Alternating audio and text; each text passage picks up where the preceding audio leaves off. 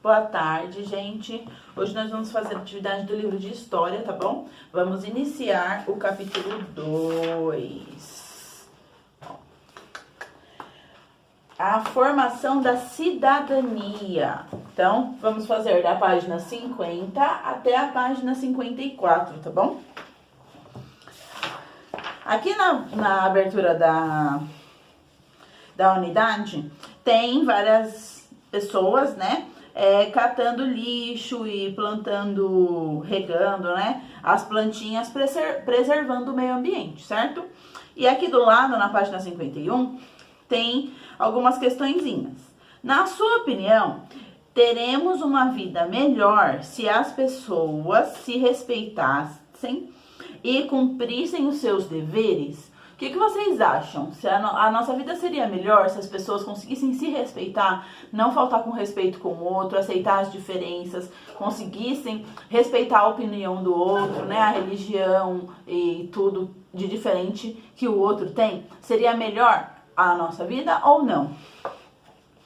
E se cumprissem os seus deveres, né? O seu dever de cidadão, de preservar o meio ambiente, de ter empatia, de não estragar as coisas dos outros, não mexer nas coisas dos outros.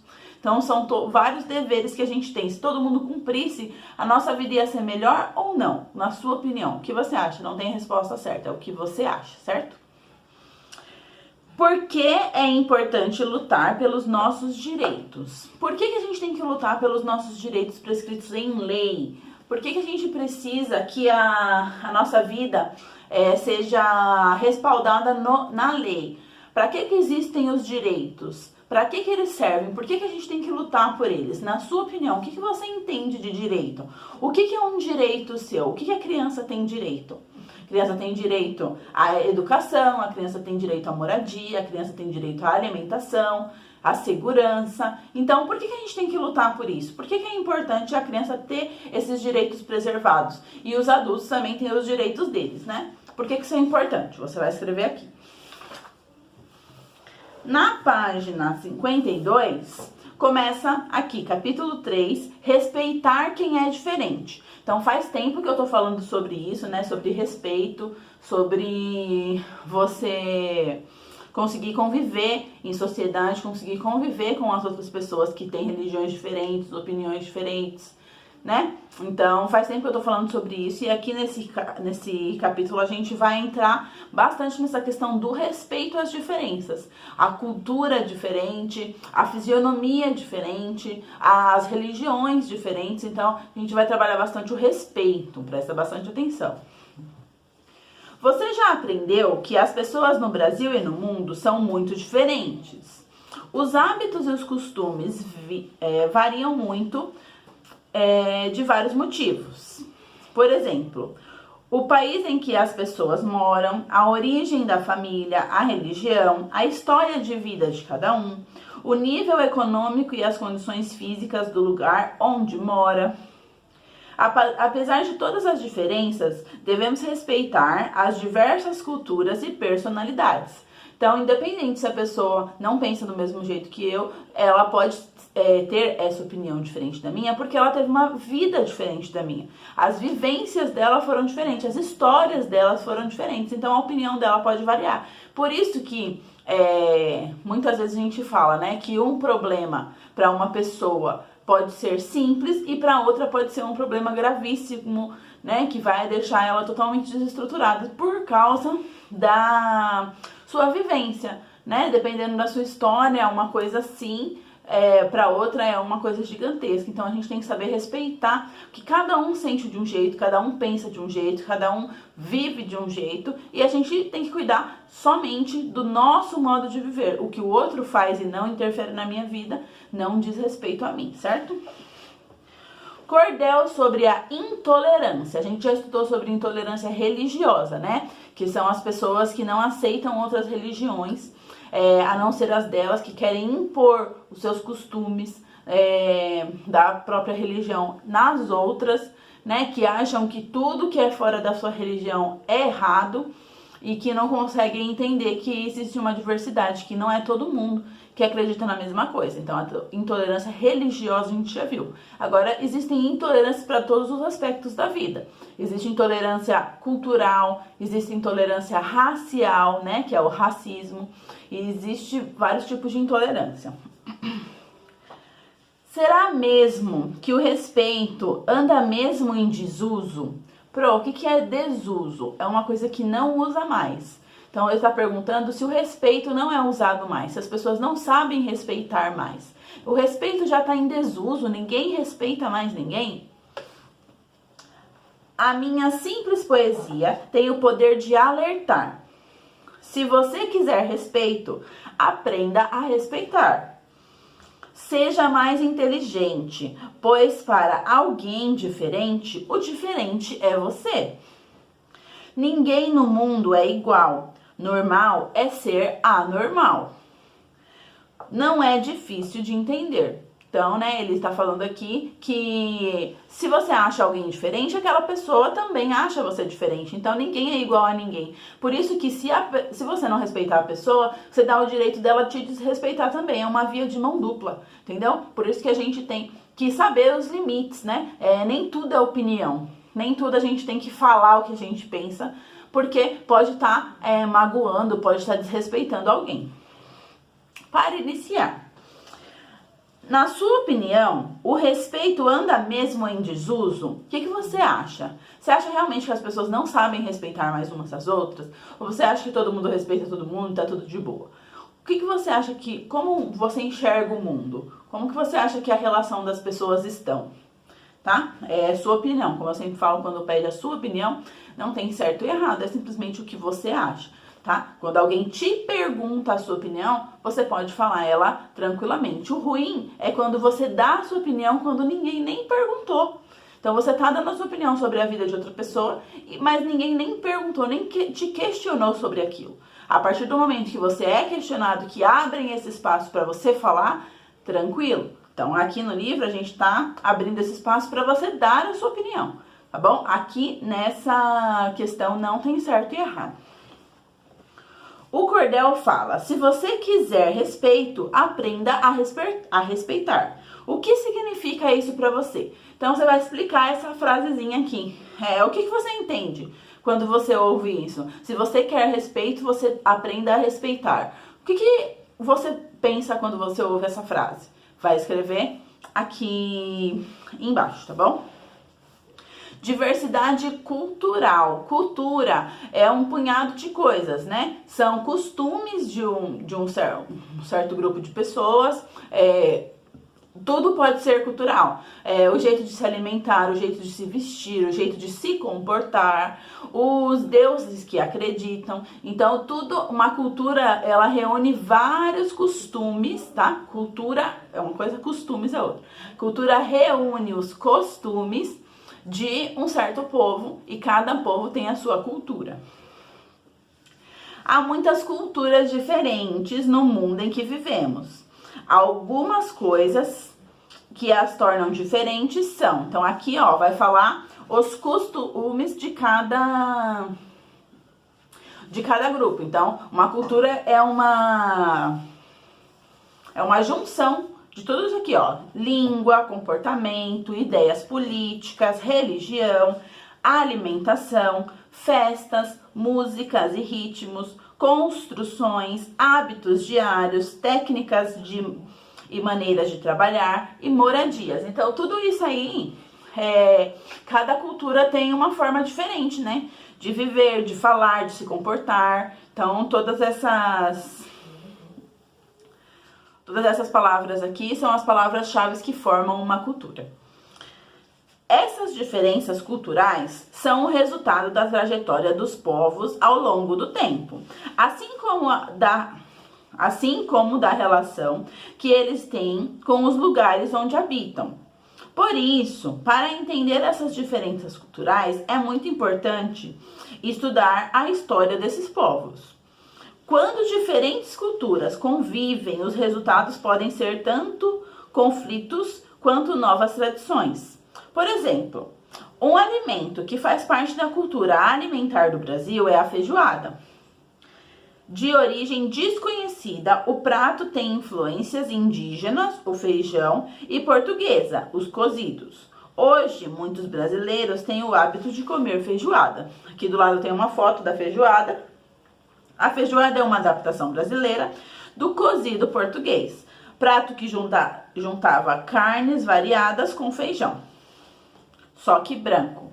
Então, né, hoje em dia a feijoada é feijão preto, antigamente lá em Portugal era feito com feijão branco. Então é uma adaptação que a gente fez aqui no Brasil. Converse com o seu professor e os colegas para identificar hábitos ligados à cultura brasileira que são presentes no cotidiano. Então, assim, a cultura brasileira, ela tem diversas vertentes para a gente identificar uma cultura. No Brasil, como é um país muito miscigenado, muito cheio de gente diferente, de vários povos, existem vários costumes, várias culturas no mesmo país. Então, por exemplo, tem os asiáticos que moram aqui, que tem o costume, por exemplo, de quando entra dentro de casa, eles tiram os calçados, né? Tem os católicos que tem um altar com a Nossa Senhora, com Jesus Cristo. Então, são costumes que tem diferentes no mesmo país, tá? Aqui, vocês vão identificar coisas que vocês fazem no dia a dia. No dia a dia eu costumo comer arroz e feijão. Por exemplo, isso é uma coisa típica aqui do Brasil. A gente come arroz e feijão todos os dias. Mas se você for lá na Itália, o arroz e feijão deles é um macarrão, um nhoque, né? Eles comem muitas massas. Então, é a culinária diferente, uma cultura diferente que tem aqui no Brasil. A professora aqui, que nem o Eduardo, né? Que tá lá no sul. Ele, que tem costume de fazer churrasco. Então, é uma cultura desse lugar. Tem o costume de fazer churrasco, tomar chimarrão, né? Lá na Bahia já é mais a comida baiana, o acarajé, né? Então tem todas essas diferenças no mesmo país, só que cada região tem uma diferença. E aqui em São Paulo também tem as nossas diferenças, os nossos costumes do dia a dia. Você vai colocar aí coisas que você faz no cotidiano, tá bom? Que você acha que em outros lugares não fazem. Existem pessoas que possuem hábitos diferentes dos nossos, e isso é muito importante.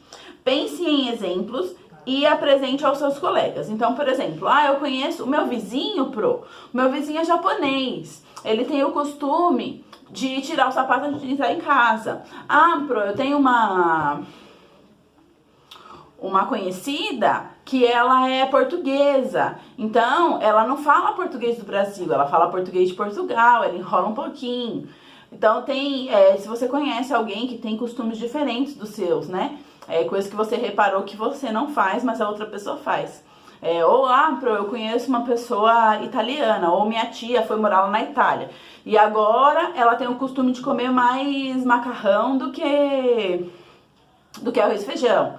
Lá na Europa, eu sei que tem gente que não toma banho todo dia, que passa só perfume. Aqui no Brasil a gente já tem costume de tomar banho todo dia. Então são essas coisas, né, que a gente conhece, estereótipos, que vão mudando de lugar para lugar e as culturas vão mudando, vão sendo diferentes, por isso que a gente tem que saber respeitar, certo?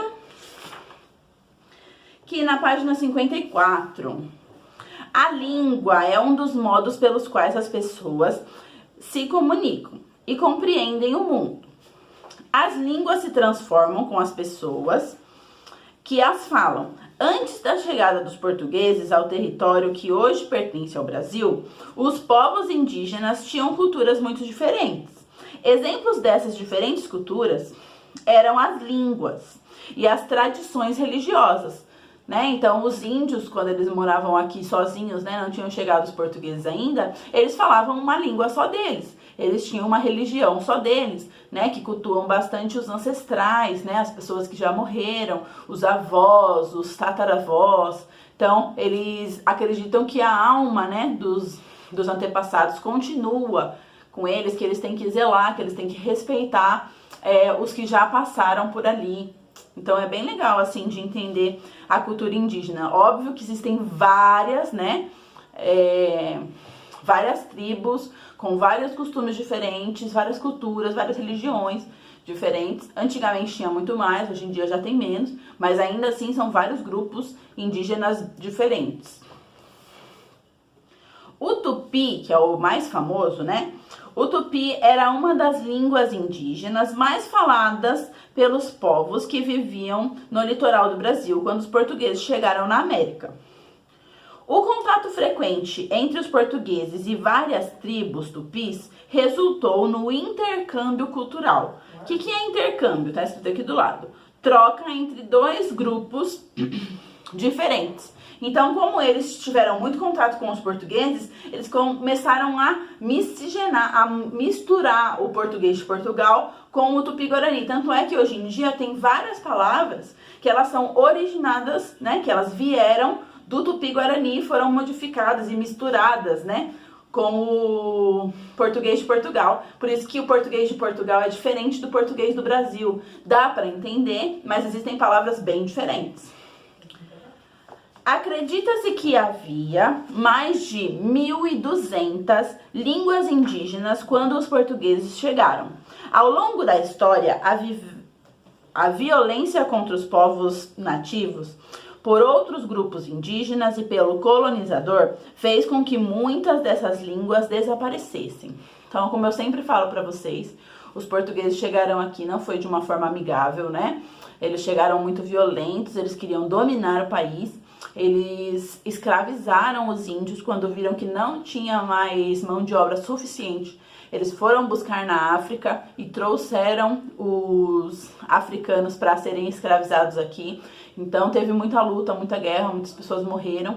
E assim, muitas culturas foram apagadas, né? Porque precisa de pessoas para perpetuar a cultura. Precisa de pessoa para passar para os seus filhos aquele jeito de viver, aquela língua, né? Então, morreram tanta gente que acabou acabando com várias línguas que foram enterradas junto com essas pessoas. Ao longo da... Atualmente, segundo o Instituto Brasileiro de Geografia e Estatística, o IBGE, 274 línguas indígenas são faladas no Brasil.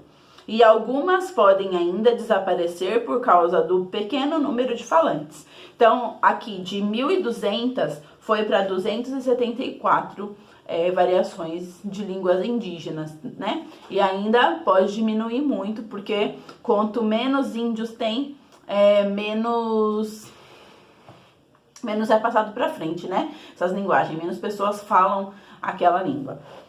Pesquise. Gente, isso daqui é uma entrevistazinha que você vai fazer com uma pessoa mais velha, tá? Se tiver um vovô, uma vovó, aí é melhor. Mas se não tiver, pode ser o papai e a mamãe. A forma como os povos indígenas percebem e marcam a passagem do tempo também é um aspecto importante na sua cultura.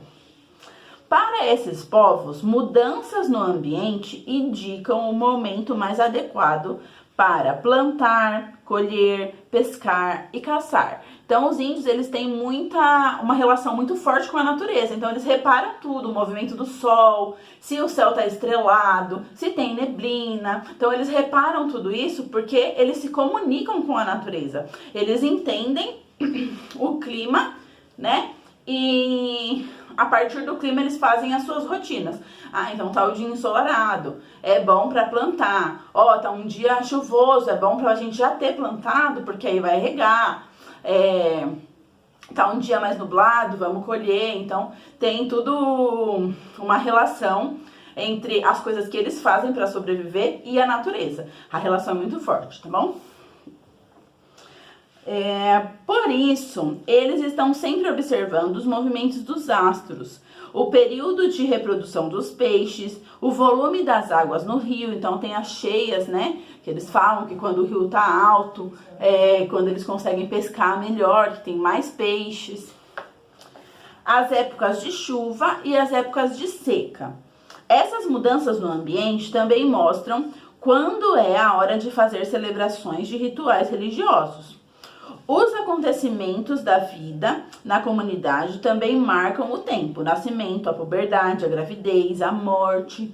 Então, eles têm muito respeito, né, pelo clima, pelo clima chuvoso, ensolarado, e eles organizam a sua vida de acordo com o clima. Então eles sabem quando engravidar, eles sabem quando a menina tá na puberdade, quando é o melhor momento, né? Então eles tudo interligam com o tempo.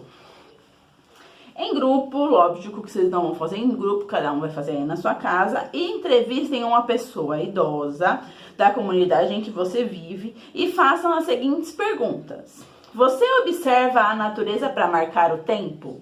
Você vai perguntar para essa pessoa. Você observa aqui, ó, o sol tá nascendo, o sol tá se pondo. Você sabe identificar a hora que é só olhando o sol. Ah, o sol tá se pondo, já é quase 6 da tarde. Ó, a lua já tá aparecendo, já tá anoitecendo. Você consegue identificar isso? Você vai perguntar desse jeito pra pessoa, tá? Você tem, quando você for entrevistar alguém, você tem que explicar a pergunta que você tá fazendo. Não é só ler o que tá aqui e pronto. Então você vai falar, você observa a natureza para marcar o tempo? Aí ela vai ficar meio assim, aí você fala assim, você observa o sol quando ele tá nascendo, quando ele tá se pondo? Você sabe ver as horas, dependendo da posição do sol? Se o sol tá bem no meio, iluminando tudo, você sabe que é meio-dia? Como que você lida com isso? Ou você passa o seu dia a dia e nem olha pro céu? Como que você vive? Você vai explicar, tá bom? Você realiza atividades diferentes relacionadas às estações do ano? Quais? Então, isso aí é uma coisa que todo mundo faz, né? Não precisa ser nem idoso.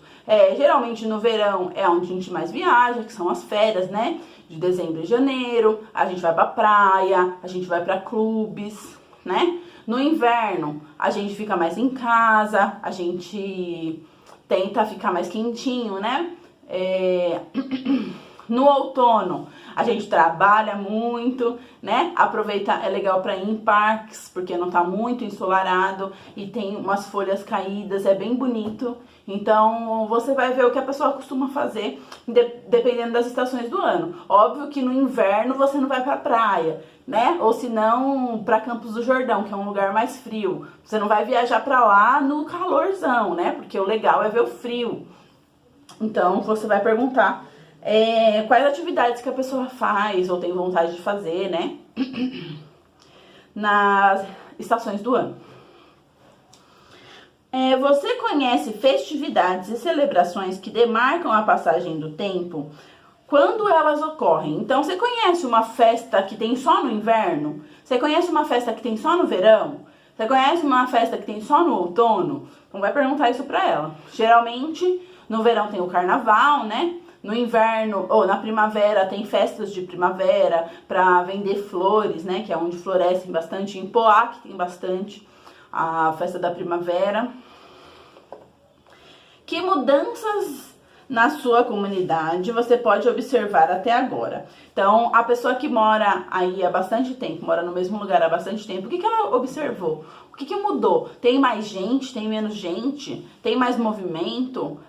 Criaram escolas, supermercados perto? Quando ela foi morar aí, como que era? Mudou ou já era assim? Então você vai perguntar pra ela, tá bom? Tem que fazer uma entrevista direitinho, explicando cada pergunta, tá bom? Pra pessoa conseguir responder direitinho. Após a entrevista, escrevam um pequeno texto sobre o que vocês descobriram e leiam para a turma. Então, vocês vão escrever um textinho falando sobre isso. Eu conversei com a minha avó e ela falou que quando ela veio morar aqui era bem diferente, quase não tinha casas nessa rua. E vocês vão falando de acordo com o que vocês fizeram a entrevista, tá bom? Essas são as atividades de hoje. Tem essa entrevistinha e 2 questões em cada página aqui para vocês responderem bem tranquilo. Qualquer coisa é só me perguntar, tá bom? Beijo, uau!